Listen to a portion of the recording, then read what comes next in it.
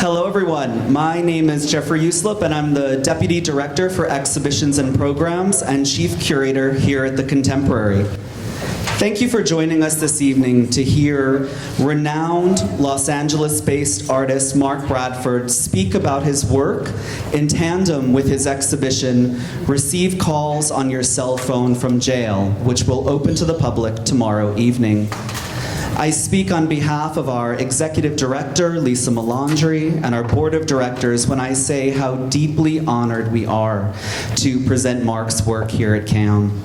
I'd like to thank Hauser and Wirth as well for helping to make this exhibition possible. Mark Bradford is undeniably one of the most vanguard and influential artists of his generation. His interdisciplinary practice, which includes painting and video, responds to charged social realities and furthers the promise and potential for contemporary abstraction. His paintings reflect a unique cartographic quality that visualize how communities are represented, vocalized, mapped, charted, and quantified. Through his innovative use of materials, Bradford's forms of abstraction look outward to respond to the social milieu in which they are made.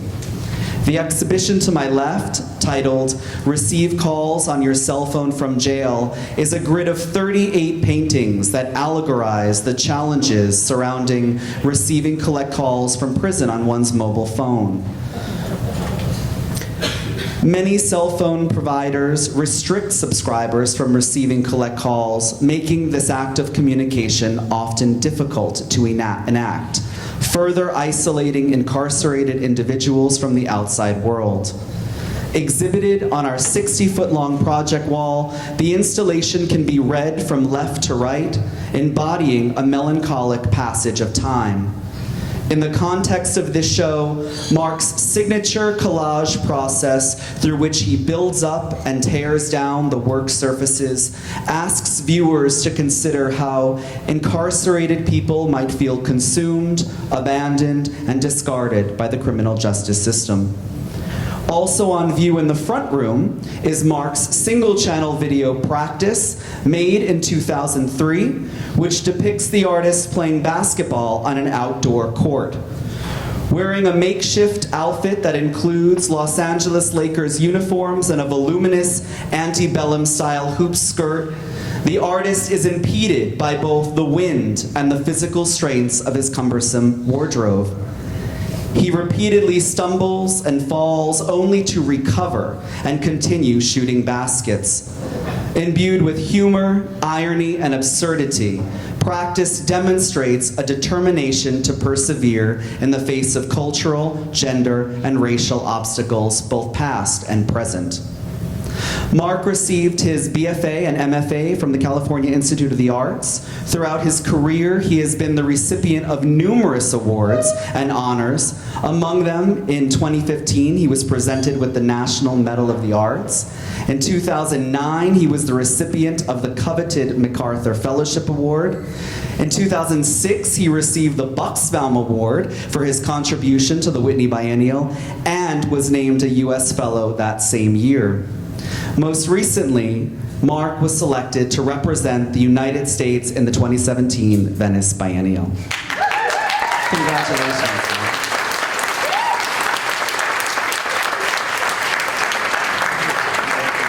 Mark's work is in the collection of prestigious institutions including LACMA, the Hammer, the Hirshhorn, MCA Chicago, the Museum of Modern Art in New York, the Tate, the Walker, and the Whitney, just to name a few. His work has been the subject of several solo exhibitions, including Scorched Earth at the Hammer Museum, Sea Monsters at the Rose Art Museum, Matrix 172 at the Wadsworth Athenaeum, and was the subject of a major touring exhibition presented at the Wexner, which traveled to the ICA Boston, the Dallas Museum of Art, the MCA Chicago, and SF MoMA. Mark Bradford is the co-founder of Art and Practice, an arts and education private operating foundation which provides life skills training to foster youth, as well as free museum-curated art exhibitions and lectures to the community in Los Angeles. This evening, Mark will speak, and then we will open the floor up to questions from the audience. Please be sure to wait until you receive a microphone to ask your question, and please remember to turn off your cell phone. Ladies and gentlemen, please join me in welcoming our friend, Mark Bradford.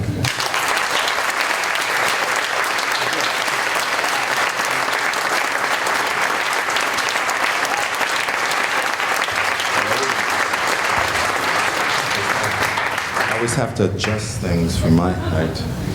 It just made me sound so good, and then I'm gonna drop the conversation down to more common talk. Is that all right? Okay. So, oh yeah.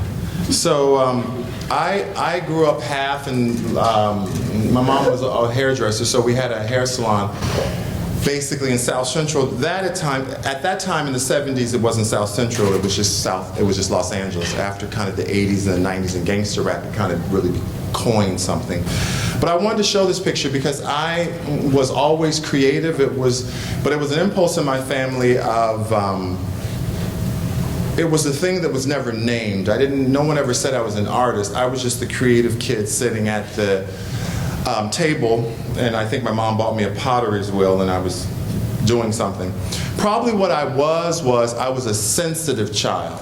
And that has nothing to, sensitive, cry easy, but that had nothing to do with sexuality.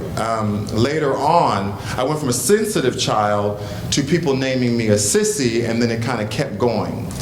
What I mean by that, it was labels put on people. I think that we don't give enough space for just sensitive male children in our society. We give a lot of that space to gay men, but we don't give them power. We give them sensitivity and not power, and if you're not gay, we can give you power and not sensitivity. I think it's a trap and it's a box and all of that. So I was a sensitive kid, and that's me. That's my mom, actually. I look just like my mother, don't I? And that's a hair salon, beauty shop. I worked at a beauty shop. I didn't even work in a hair salon. I was a beauty operator. My mom was a beauty operator, and I was a hairdresser. Now it's the stylist. It's the stylist. That's actually me. I put myself through CalArts to actually work in the hair salon. I put the Foucault reader on the client's lap and say, read that back to me. So I always had this very comfort in flowing between worlds. I mean, I would be in the black beauty shop. I would be in CalArts. I didn't make a problem with things because I didn't see it as a problem. I always took the same body with me everywhere. Maybe the sites changed, but I always stayed Mark. And early on, this was the beauty supply across from the hair salon where I would get all the products from. And it looks like a Gerksky photo. So I started using the stuff that came from the hair salon, quite frankly, because it was cheap. I had gotten out of CalArts. I owed $150,000. I was probably making $200 a week in the hair salon. So I knew I needed to have a practice that was inexpensive. And these permanent wave end papers, they were inexpensive. And I started to burn them, and I started to make these collages. What I was trying to do was I was trying to build a bridge between socially looking out at what I did and I understood about culture and a community and actually the history of art. With art being abstract painting. I found that there could be a bridge and a possibility, and this was just me trying to have both marks. And that was okay. This was Jerry now and Curl later. You guys make a lot of fun about the Jerry curl, but the Jerry curl, you know, made a lot of money for hairdressers. So anyway, but what I was doing was, I was thinking about Agnes Martin and modernism, and I was thinking about abstract painting, but at the same time, these papers, they came from a very particular place. It was you know, a black hair salon. What I found is that race is never far from the conversation. So I felt more black when I was in college than really before I went to art school, because before I was just kind of fluid and just who I was. When I got out of school there, how does it feel to be black? How does it feel to be gay? How does it feel to be living in South Central? All these codes were put on me, and I was thinking, wow, you know, how am I going to find some play? How am I going to find some freedom?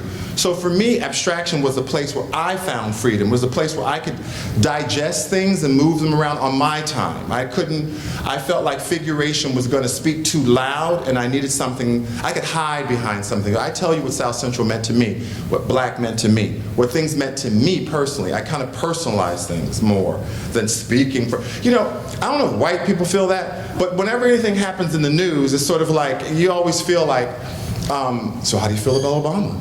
It's like, well, you know, it's always like the whole race, the responsibility for the whole race. And that kind of can be very restricting. And it's just a very different, it's a different narrative. The black body is so political and politicized that it almost walks in every room before you. And so the sort of black body walks in, then the gender walks in, then the height walks in, then Mark kind of comes in fourth, you know?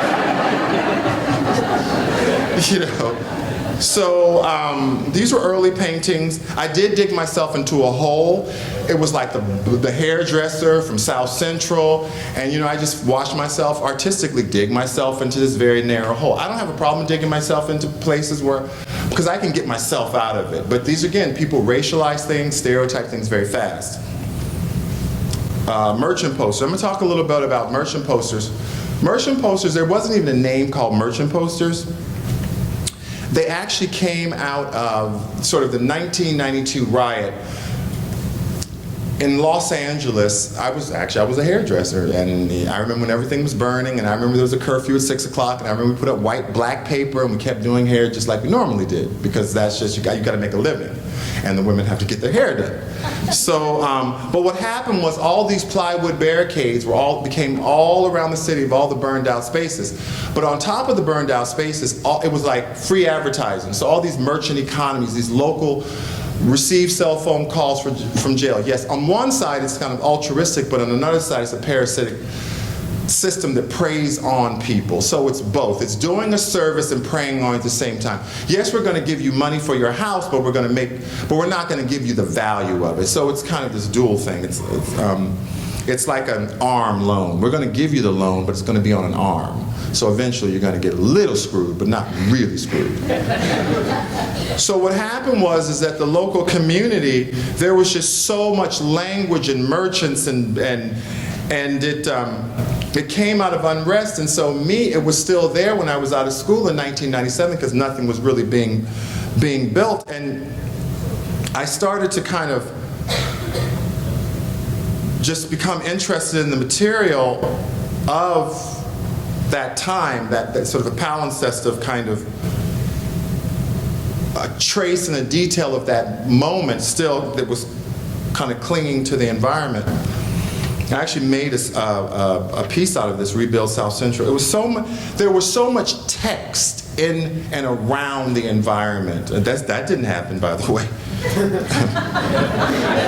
That definitely didn't happen. But you know, the funny thing is, I was thinking about it. South Central actually was rebuilt with less liquor stores, but there's just more marijuana clinics. So it's almost like the liquor stores became the marijuana dispensaries. So what happened was that I just started to kind of collect them and figuring out what I was going to do with them. And I did like that because I knew that it came from the social fabric of the kind of environment, and it's pointed to social conditions, but yet I wanted to push it more towards language too, and I wanted to push it to art too, so I would take it back to my studio, Sexy Cash. Don't you love that? I mean, what's Sexy Cash? It sounds like a porn site or something, right? We buy your houses. That's really what it comes into. It's like, we make the cast sexy, and of course you want it, we buy your house. Ugly, nice, old, and new. So what happens is that all the arm loans, people would lose they were underwater with the loans, and people would come in and give you a certain amount on the house. So I began to collect these, and at this one I had hair. It's about the last moment when I had hair, and then it started going. I was fascinated by the divorce and custodio in Spanish because you didn't see that often. South Central at this moment is probably 50 to 60% Latino, 30% black, but the narrative of South Central kind of stopped at Boys in the Hood, South Central, straight out of Compton. But really the place has moved on. And what fascinates, I only catch the ones that fascinate me and point to a cultural shift. You just didn't see a lot of families, Hispanic families, because of the Catholic tradition, separating. So I was really interesting. I was like, ooh, that's interesting. It's like, even if they're not in the country, we can get some money. I like locks and twists because I was thinking of how you lock and twist social and art history. And also, this is basically where I would get the paper from. And you know, I'm running out of this material because everything has gone digital. So it's almost like this is very dinosaur. This material is very dinosaur. And it's great because when you work in communities that are farther away from economically the most expensive parts of the city, there's less policing. So I could work in this area and no one would think that I was actually getting art materials. They basically thought that I worked for the city and I was cleaning off everything, because why would you want to be out there? We wear these little city vests and we put up the cone and we look pissed and overworked and underpaid. And it worked perfect. But when I would start going west, the moment I started scraping, the police were right there. What are you doing? I was like, oh, busted, you know. So it's interesting. So what I like to work in, I like to work in that gray area, far enough from the reaches of kind of policing that there's a grayness happens with kind of immigration and kind of advertising. It's much more of an immediate palimpsest on the buildings, and people paint their slice a different color. There's no uniformness. It's almost like a collision of cultures and text and sign painting and hand painting. I love that collisions. And so these are some of the works that kind of came out of that. Well, that really is good. You know what I'm saying. Need I say more?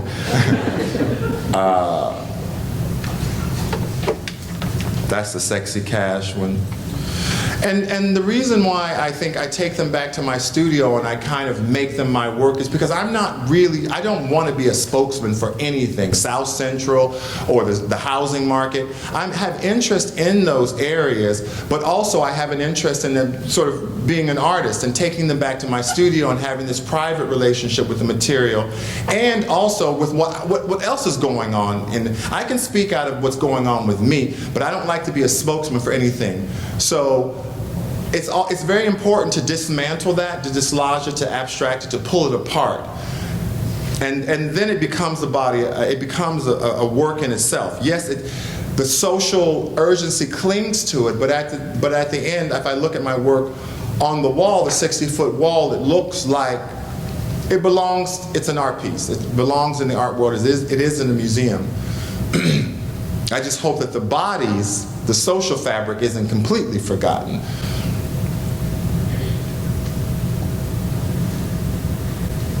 So this piece was so troubling for me when I saw the merchant poster in the streets. You know, it immediately kind of went to the mass incarceration of black men, the kind of disproportionate number of black men in prison, and also the mothers, the daughters, the women that take these kind of buses to see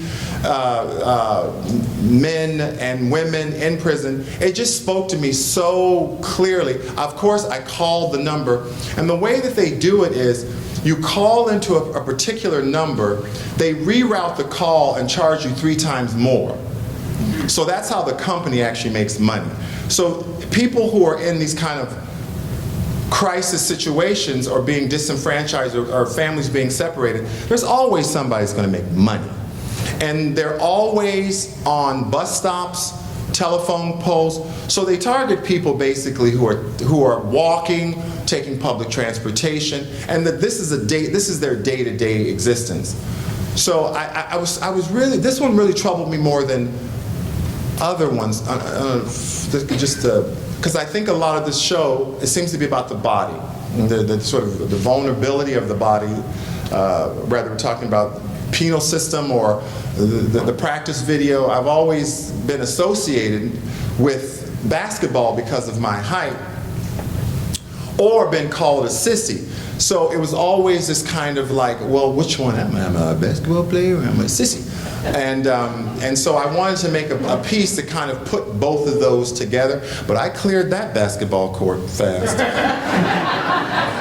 That was liberating. I was like walking up at the back, and that was fun. But so this was at White Cube the first time, and I did show it once, and I put it away because I felt like that wasn't the right context. It was a gallery in London, and that was fine. They let me do whatever I wanted to do, but I just felt like it would have another life, and it feels much more weighted here. It feels more that it's about, there's a grounding that I'm seeing with the other artists as well.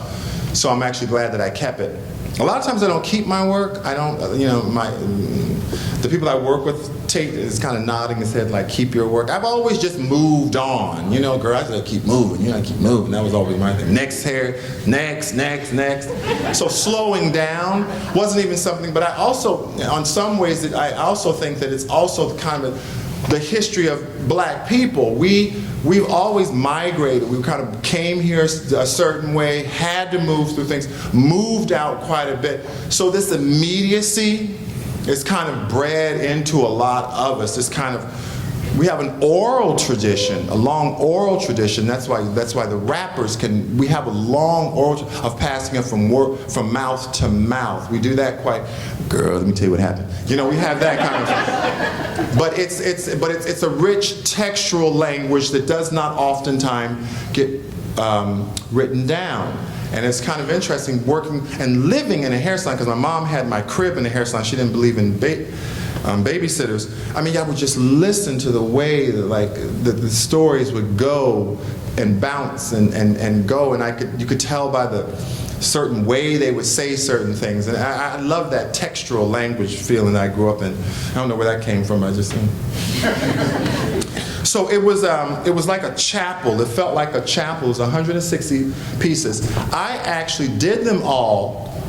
Didn't like, okay, the dark, if you see the gray parts on top, they were all filled in. I didn't like them, so I started pulling it off. And what I realized is that I like the trace better. So the staining of the paper that I used, this black paper, stained the canvas. And so when I pulled off that front layer, these kind of ghost traces, and then I really like those. So out of a mistake came something. That's great. I have no problem destroying a work if it's not working for me. No problem. I mean, I'll show an iPhone picture to Tate, and they'll say, "Oh, this is great," and then he'll come back a week later and say, "Where's that picture?" I said, "Oh, that's gone." I covered it up. We've talked about practice.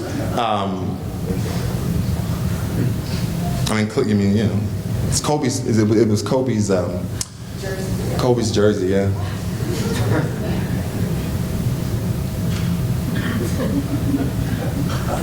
And the whole antebellum thing, the whole kind of Southern, I think, what's underneath the antebellum dress, the kind of the cumbersomeness of it, kind of, and then this kind of.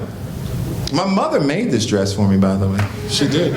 She's like, okay, no, honey, explain it to me again. And then she always says, okay, why? And then I explain, walk her through it, and she's like, okay, I always like the word sissy more than gay is something else, but I like the word sissy because sissy is a word that is it's non-racial and it's non-gender. It's like a butterfly. It can land on any man's shoulders, No, not me. No. And it's just that it's like Dallas, we have a problem, and it's sort of like there's something less than.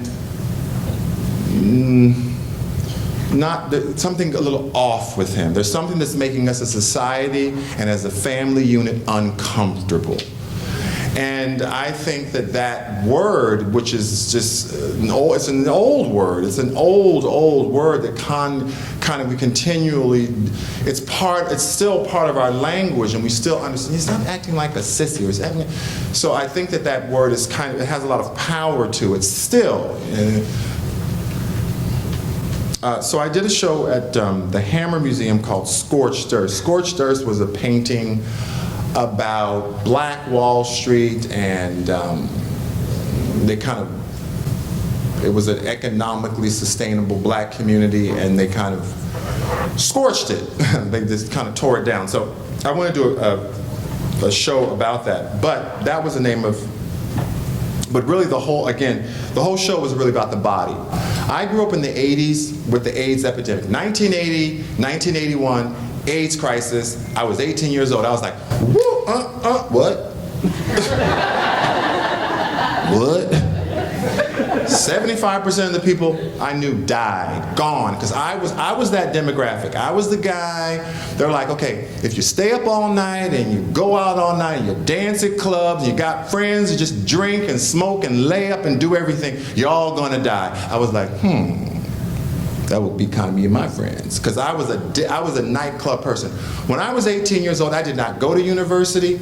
I didn't even know what an SAT was. I couldn't find that. What I did was, because I went to a bad kids high school, my trajectory was bad kids high school, you go to the streets. And so you, bad girl, you follow the narrative that oftentimes people give to you. So I followed what I felt people told me that I was. So I was a nightclub person, a party person, and it hit that group really hard. The people that went on the university campus, like my partner, he kind of, no, Mark, that didn't happen to me. I was in trigonometry, or I was, Mark, like, no, that didn't happen to me. I was like, and I said, well, didn't you guys have to take the guy to county because he didn't have health insurance and drop him off at his mama's house?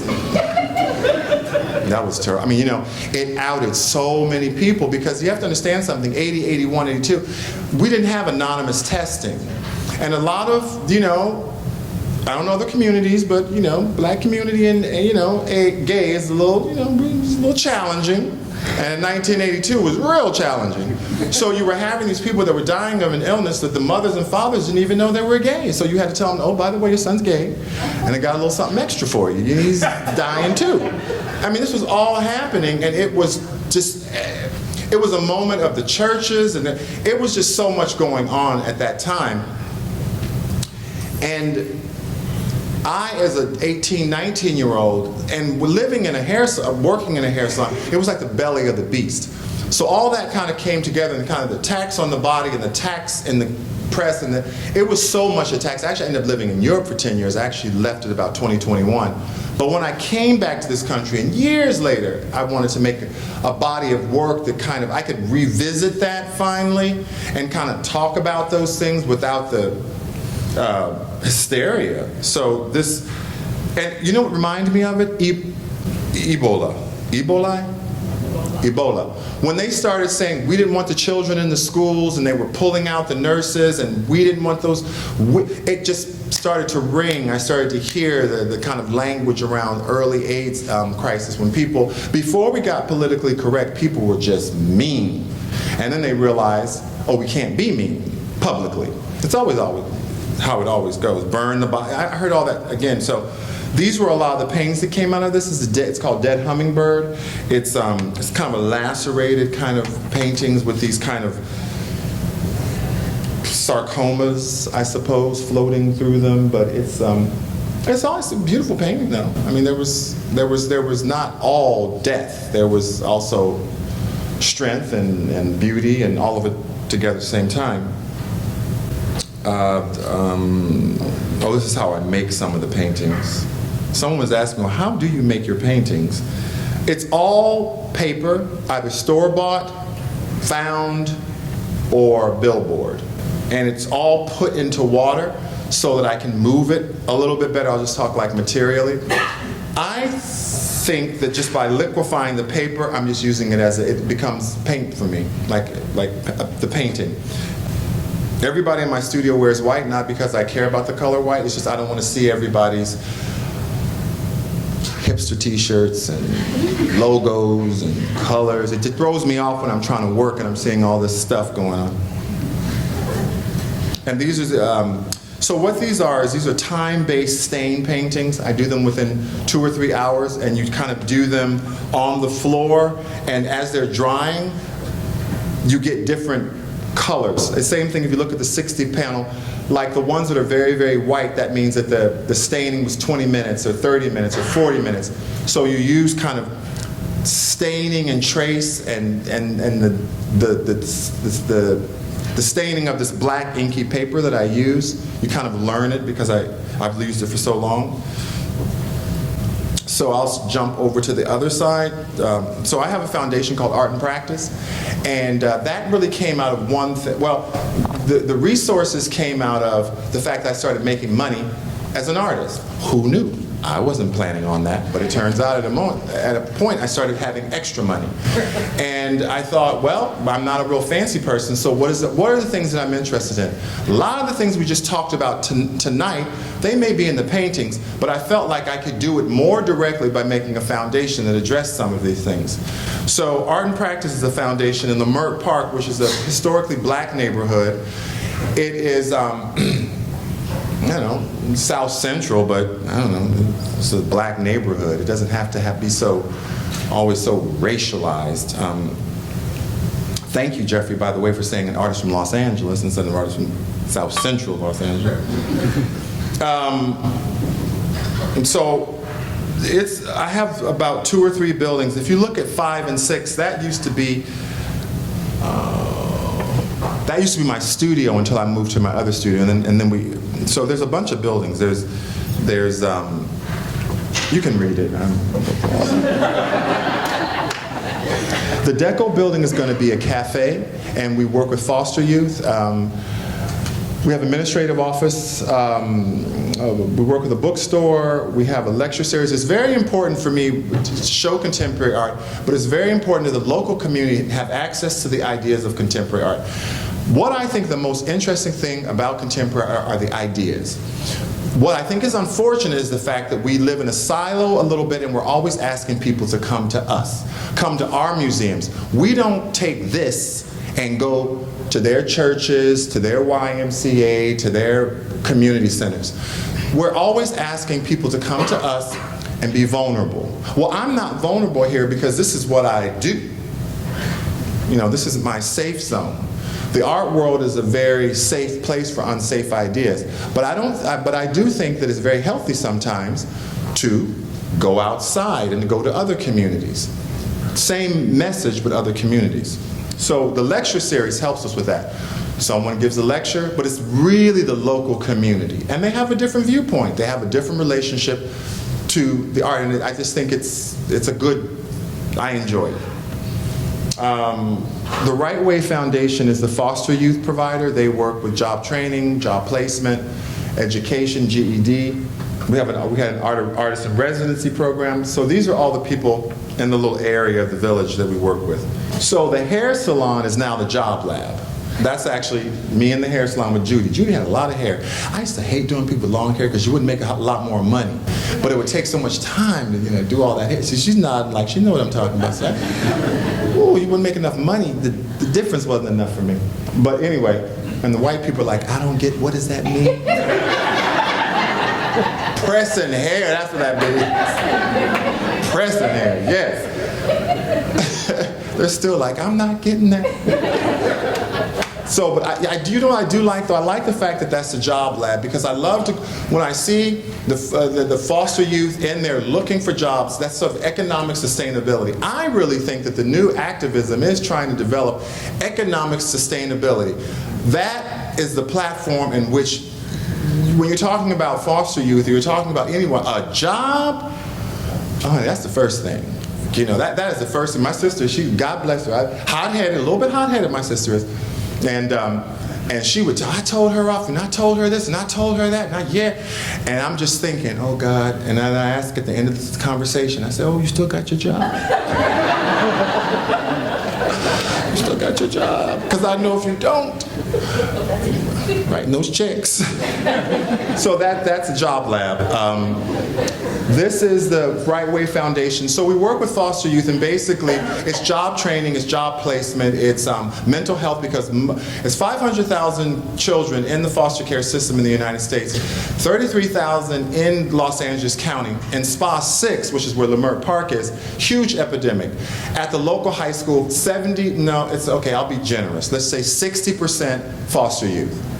The local junior high, 10 minutes away, or middle school, as you guys say now, more than 50%. This is clearly a direct connection to the penal system, the 3 strikes, all the men in jail, crack cocaine, oftentimes women losing their... The foster care epidemic that we understand now all has its roots in the 80s. Drugs, crack, the penal system. Now we're talking about second generation. And there's a lot of shame around it. There's a lot of shame around foster care because, unfortunately, mothers are supposed to take care of their children. The father is never held responsible, but you lost your babies. Well, I'm thinking, well, 50% of it was, so it's this idea of kind of shame around it. So especially even in the black community, so many women who've gotten themselves together, they've lost children to the foster care system, and some just don't go back because of embarrassment, because of shame.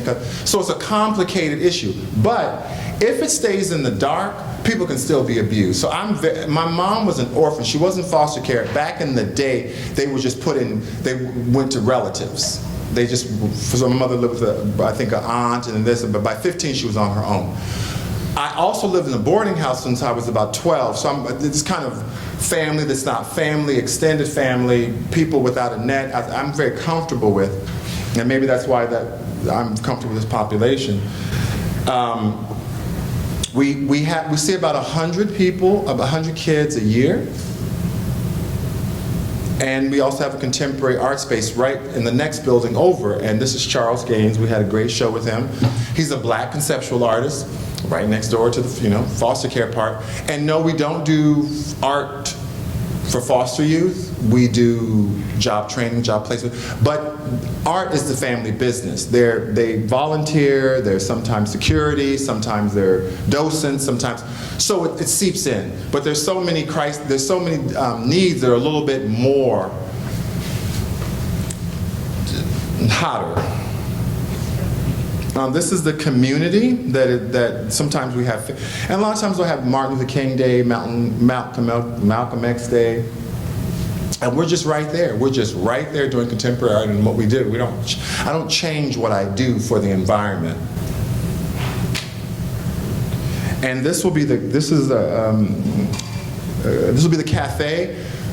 So this neighborhood has really fallen on bad times, and so I think it's really interesting that instead of revitalization for regentrification to make money off of like displacing people, it's actually art is revitalizing. I bought up a bunch of these buildings, and it's all art or social impact. It's all I'm interested in, art or social impact, art and social impact. So that's kind of interesting to be. And that only came out of the fact that I had this career that started to do something with these things that I made. I wasn't planning on it, but then you was like, okay. And what happened was you went back to like the holes. What were the holes before I became an artist? I had to go to college, but I didn't even have I had to go back and kind of tighten up the math and the English and all these things. So educational sustainability, having a place so all the things, I was exposed to art like most kids. I went in a school bus to a museum, they pointed, they said, that's art, and I said, okay. Nothing, but what if that was in my community, and what if when I was going to the liquor store, or going to the beauty shop, or going to the beauty supply, I had been able to walk into a contemporary art space, contemporary, not dumbed down, but contemporary, with ideas that were really pushing the boundaries of culture and society earlier, what might have happened. So in this foundation, I just kind of put together the things that I felt took me a little longer to get to. You always say to your parents, I want to do a little bit, I don't want you to do some of the things that I had to do. And that's what I feel about being, I want them to get to it a little bit earlier, if they have the possibility. And I also sometimes, this is very organic, I will hire sometimes some of the kids in the program to work with me if I have a project that I'm working on. So these young boys, especially the guy in the green, he was quick. And so he would work on me with the billboard project that we were working on. But he was in the system, he was in the program, he was, he has a job now and he's in school and working on sustainability. And yeah, he's working on sustainability. I think that, and in Venice, I have every intention of doing exactly both. Not just one side, not just the pavilion, but the social practice side too. I am an artist. I'm not an activist. Now they're starting to call me Mark Bradford, artist and activist. No, I don't know why they have to keep putting all these, it's like adjectives, right? That was a C. Still ain't really right. I got it sorted together, but I have to think for a minute. It's like, I'm an artist, and artists have varied interests. They don't have to keep adding on these things. It's like black. I'm black. But it's like black and black and black and. It's like, it makes everything too easy. I'm an artist, but what I have every intention of doing in Venice, I'm not even representing me, is both. What I'm interested in at this time in my life. The thing that I will always do is I will always talk out of where I am today. I won't act like 5 years. I'll see people from back in the day. I'll be somewhere and let's, oh yeah, Mark, I remember you. You remember we'd be getting drunk and we'd be fun. Remember that? I said, well, yeah, I remember that was then. I ain't getting drunk and falling out like that no more. Too old, really, but people wasn't back in the day. I'm always the present. So it's important, I think, for an artist to be able. I take the freedom to always stay present. I don't let me be, Jeffrey read off a big list, but to me that felt static. I'm always trying to be here, always, because that is the only way for an artist to keep moving with his creativity, even when you get fancy stuff and awarded, there is a tendency to want to stop and become static, but that, not me. So, I don't know if I was consistent or, I don't know. Did I go here? Go over that again. I can't do that again. So thank you.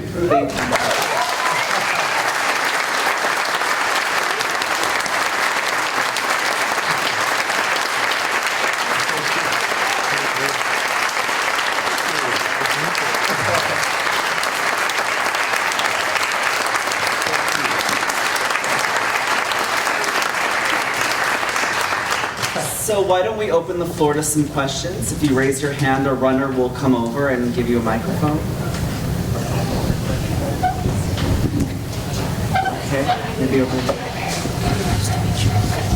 Oh, you don't want to Well, Thank you so much for sharing your passion for your work. I'm curious, you spoke to not wanting to be called a social activist necessarily, but everything that you do is as an artist.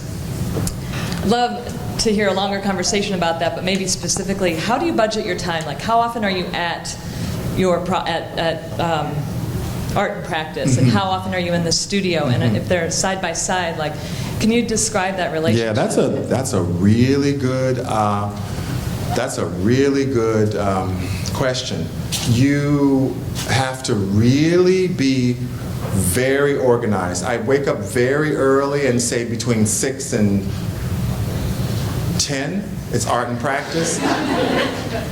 And then like 10 to 5, it's studio. And then 5 to 7, it's art and practice again. But you have to be very, very, it's like having children and having a studio practice. You just have to really be very, very focused because you have committed to doing both and you want to do both. So you have to find the time. And what I have found is, in a day, we do have enough time to do. We do what we want to do. We do. People say, oh, I don't have enough time, I don't have enough time. Honey, we have enough time to do the stuff. I saw you at the mall for 4 hours, you were on the phone for 4 hours, you were in the beauty shop for 4 hours. We have time to do the things in the day that we want to do. So you just have to decide that those are the things that you want to do, and then I have to edit out most things. I'm not a very social person. I don't go out much. Don't have much social life because it's mostly filled up with these things that I have to do. But I've made that choice, and I just stick to it. I try to get to the pool to swim, because I just need to. So it's a daily practice.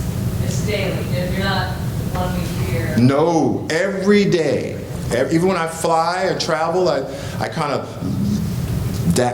make it 24 hours and then fly back because it's just what I'm committed to. You have to stay on message. You can't have drift. Whatever you're interested in, like I wear almost all black clothes when I travel because it's easy. I don't want to think about it. I don't have time for that. I got to get on. It's like you have to just limit the things that you're interested in. Just be just like a ninja, and the rest is just have time for it. And that's what I do. Mark, we have one over here. Hey, Mark Bradford. My name's Khalil Irving, young artist here in St. Louis, graduate student at Washington University in St. Louis, working on my MFA. I think I got like 80 questions I could probably possibly ask you. Ask me one easy one. Well, yeah, it'll be kind of easy. A couple weeks ago, I was attending a lecture by Kerry James Marshall at the MCA. Oh yeah, he's a good artist. Yeah, he is. And you talked about representation and abstraction, and I was wondering if you could speak to the point of where you reached the direction that you were going to enter the realm of thinking about abstraction in relation to these materials that you purchase, and then coming to a place where you are now. You know, why didn't you pick up a paintbrush or use those hair rollers to like go into thinking about actually depicting real space? Because that's a good question, just because my opinions change too much. I get new information and it's like I'll go 360 degrees. So I felt that I needed a space that was more abstract, like sort of like kind of about the crisis and the penal system, but it's actually abstract. Somewhere in between the kind of the kind of materiality and the mind is where I exist. Not just the mind and not just the hand. It's that gray area of in-betweenness. And I never, when I'm depicting something, I always am not even sure if that's something that I believe. I'm not solid enough in my beliefs that they'll move on. So I felt like abstraction gave me that space to kind of play with things and have multiple readings. Because just because I think my work is saying this, someone else is going to come and see a whole nother thing. Now I can't discredit that person, I just know my intent. So I'm not the most sure person. I'm sure now, but as new, you know, I mean, God, your thoughts change. Have you ever been in like an argument with someone, and you've gotten some information, and you brought it to them, and you going back and forth, and they're going back and forth, and then they'll say, "Oh no, Mark, I didn't mean that. I meant that." And you say, "Oh well, I'm sorry," you know. So I never can speak so loud about something that with new information I might move that forward. And I felt like figuration for me was there wasn't enough space to interrogate and to move things around in my thinking. I could more comfortably do that through abstract work. Thanks a lot. Hi, I was just wondering about the inverse of your idea for art and practice. You were talking about bringing contemporary art thought into your campus. So I was wondering what you thought about the idea of bringing art already existing in those communities into the contemporary art world. Well, you know, the funny thing is, I'll tell you, so Leimert Park has a long history of art, just like most, a lot of times you'll find what will happen is in most ethnic communities or people of color, they will have histories of art, but you'll find that it'll be very traditional. You know, you go in there's a Mexican community and black, so they do have kind of an Afrocentric kind of arts. And that, for me, was already there. What was not there was actually a conversation about contemporary. So this idea that, and this is what happens oftentimes, is that they will associate identity, racial identity, with depictions of things that should be associated with you. Sort of an Afrocentric kind of Nile River, or just like, this is black art. I've heard this 1,000, this is black art because it depicts our people.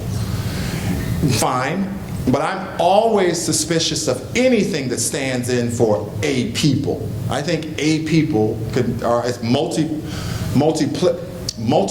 there's a multiplicity of identities within a people. So the whole kind of, I always shy away from that. So there's always pushback, like, well, that's not black art, that's, oftentimes contemporary art means white art. I don't believe that at all, at all. It means a body of ideas. It doesn't mean black, white, or anything, and we all have access to that. So there's already kind of a depictions of a people that I feel is static. And then I'm interested in something that is living, that are ideas about our times, that are question our times, ideas of what we live in now. And so that's just why I decided to put it alongside. Sometimes it does cause a little tension, because sometimes people have walked in and said, well, Charles Gaines, he's black, but this ain't black art. I said, well, it is. He's black, and this is his art. They say that to me, well, that's not black art. I said, well, I'm black, and there's my art. There's not, I don't think that, being black, or you'll find, especially people of color, I don't know if normal, like, there's no normative responsibility for the white male as much, but this kind of stand-in, if you're kind of, Latino, or if you're black, it's kind of like, an aesthetic responsibility to depict your people a certain way. You'll find that as soon as you walk into art school, this desire for people to want to do that. So I decided to push back the other way and say, this is just contemporary art. He's black, he's a contemporary artist. What do you want me to say? Like, I don't get in a debate. I'm not getting into a debate about that. And that's why I've kind of, so you push them out of their comfort zone a little bit. It's healthy, but nicely, Yeah. Yeah. Hi. Oh, yeah. Hi. I went to this little girl's studio on Brandeis University when you were an undergrad. Yeah, that's true. It was a great day. That's so nice to see this. Well, yeah, it's actually even sort of a conversation that we even had that day is sort of relates to my question. You talked about that dead hummingbird painting that you had up there, and one of the things that kind of like triggered me a little bit was it's not all about death. And I remember one of the things you sort of prompted me, or maybe challenged me, I'm not really sure, it was all pretty funny, but was to like sort of bring some humor to my work. And I think that's definitely something I've heard from a number of people. And when it's not all about just like bringing people, like scaring people or like shocking people with these like very heavy issues, which I feel like a lot of your work is dealing with some very powerful messages, but the way that it's conveyed is accessible, I feel like. And I'm just wondering, I mean, if you could talk more about that. I mean, that's just something I personally struggle with, like having something very important to say without like being like too didactic or too like, here it is. You guys are making some interesting points, and I can be kind of funny and light, ha ha ha, because I'm just kidding, but I'm not, I'm like, I'm really not kidding, but I am, ha ha ha, humor is not that far from rage anyway, not really. And the best humor, I never really liked comedy that much because I found it just mean. Some of it's just mean. It's like, well, it's just mean. But, it's kind of, I did a piece called Spider-Man, and it was really kind of a hard-hitting, but it was ha ha ha, no, I'm just kidding, but I'm not really kidding, ha ha ha, I'm just kidding. So I find that you do have to find strategies to get the point across, but I just think you have to find strategies to get the point across. it's not that you want the work to be didactic. No one wants to be preaching because people can turn it off quite quickly. But what you want to do is you want to have people feeling comfortable enough to enter into the work. Then you can get them. Once you get them in the house, you can get them, right? So you kind of have to figure out strategies for that. And how far do you want the work to come out into the room to greet people? You know, there's all kinds of things when you start making work. I think that's the easiest, with sort of like how to navigate and negotiate. Did that help? Yeah.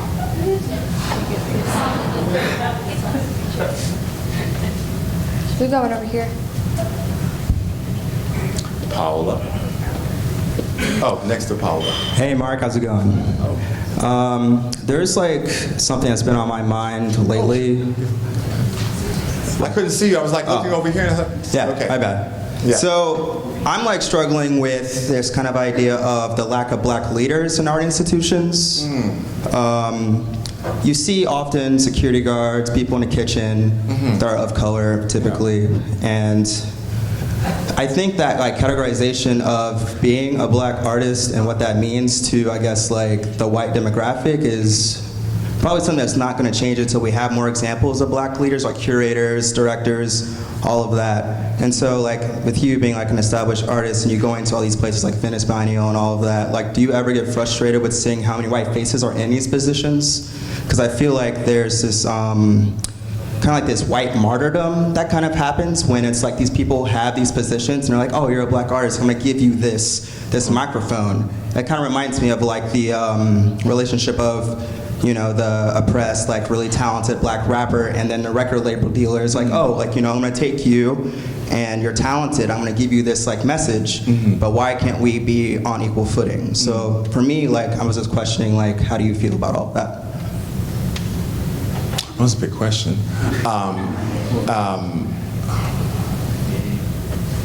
Well, I tell you, I call them teaching moments, you know. And you gotta have these teaching moments when people bring to you kind of preconceived ideas. But at the same time, there are not that many practitioners. Being an artist, you guys, is a luxury item. And it is a culture, as we understand this country, is elite. This is museums. These are elite institutions. They're not. We have to, and we are practitioners in those institutions and in those art schools. It's like being black. Okay. Now, how you navigate through that should be a personal thing. What I would say is that if there are not enough people of color, it's because they're not having access to the universities that would support that type of scholarship. And also with people of color, oftentimes, if it's the first generation of people going to college, probably being an artist or a curator or a scholar is not going to be high on the list. So you also have that to think about. But what I would say is that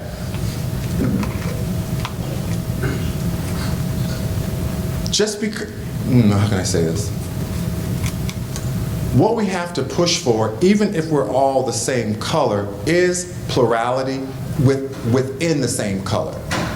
We can't assume that if a person is black, that me and those two people have to get along because they're black.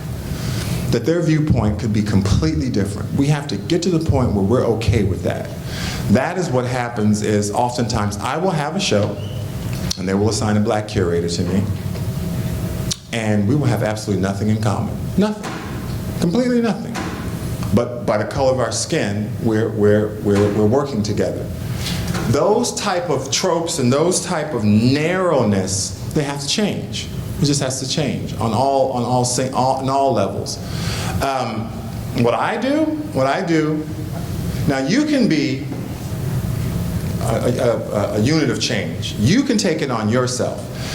The institutions may not change, just quite yet. They may not keep up with you. But when you're in a museum and you're walking by a security guard, or you can actually have a conversation with them. I do that all the time. I talk to everybody from the security guard all the way up.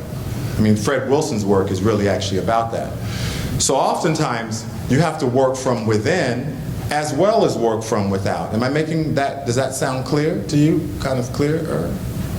Yeah. I was just thinking also, like, people that are leading, that are of color, typically those programs are centered around blackness. I think that's also good too. Is what? Also, they are like centered around blackness. Mm-hmm. Well, the thing is though, I never had a problem with the Black History Month show. I was like, sign me up. I never had a problem with Black History Month. That's when I got some shows when I was first getting started. I never had a problem with it. Never had a problem with all black nothing. Because I felt like all black group of, just because we're all black is gonna limit anything, it's nothing. So I never had a problem with that. I never had a problem with it. There are all women shows. House and Worth just had an all-women sculpting show. There are still culturally specific institutions. I think it's necessary because the playing field is still not even. Women are not equal to men, period. And so yes, we still have to have all-women sculpture shows. Why do we have to say it's an all-women sculpture show? Because it's not even yet. And that throws light on that. Or the Studio Museum, yes, because it's not even. But we can push towards an kind of inequality as we move forward. And also then people don't want to be pigeonholed. No, I don't want to show the culturally specific institution or a culturally specific gallery because I won't have I won't be able to show it. No, yes you can. You can do it all. It's this kind of, you just have to kind of redefine, you're a young artist. And you can redefine the rules of engagement for you. Just because someone else did it a certain way, you can change that. And you can do it a different way. That's just that's what I always have done. And then as you move forward more and more and more, then you may be the person that endows the 5 curators and to go to become curators. It's like tiered. But what we have to understand is whether we're black, Hispanic, Asian, or whatever, we are operating this is a luxury item. I don't care what kind of work you're making, this is a luxury item. But how we move that forward in the 21st century and what that means and how we engage outside of the ivory tower is up to us. We can choose to make relationships outside of what we do, but that's up to every single artist to do that. I always ask every artist, I know what you like art historically, I get it. You can tell me who the art, but tell me about your personal philanthropy. I know when you're young you don't have money, but you certainly have time. You got time, don't tell me you don't have no time, you don't have no money.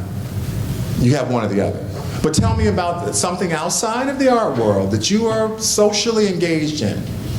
Women's rights, go volunteer. Volunteer, old-fashioned volunteering, sitting there with your green hair and saying, oh, I'm an artist and I'm also volunteering at the women's shelter. Or AIDS, or the AIDS crisis. There's so many social impact things happening in the world that we actually can have relationships with. I think that's I never even thought about it until I got much older, and I thought, yeah, all the ideas that we're talking about in the contemporary art, great, they're great. They're great. But they also have real world people mining these things every day that probably would be very interested in kind of collaborating and working with people out inside of this. So I think the 21st century looks like collaborations, and not just with people in the same room as you. I sort of coming out, when I had to do a show at MCA Chicago, I was like, I do not want to do, I love you people, I do not want to do another Mark Bradford talk in the MCA Chicago. It's safe, safe, safe. They went, I said, let's do it at a church, all black church on the south side. Now that was totally different. That was a different audience. You guys had to go to the church. Now that was truly different. That was a real collaboration and conversation. Don't be afraid to go outside of our safe net to other organizations and other places to form relationships, because that's what will make this, what we do, have a 21st century life. Because the world as we know it is changing super rapidly. What are we going to do with all the stuff in Europe? What are we going to do with the stuff in this country? Artists increasingly have real needs and desires to want to be part of what's happening in the world. Just be part of it and do this thing too. So this in and out thing, the sooner you can do that and make those connections, I think the better. I think the world needs us. I think, they're like dying watching Kim Kardashian. They need our ideas. But if we're not there, they're going to keep watching what they're doing. But again, I said the art world is a very safe place for unsafe ideas. Sometimes we need to go to the unsafe place and give them some of our really interesting ideas. So that collaboration, I work with the foundation, the Right Way Foundation. They're social service. But man, the conversations that we have, because we come from completely different places, really interesting. Really, really. Churches, kind of tiptoeing back there. What's up?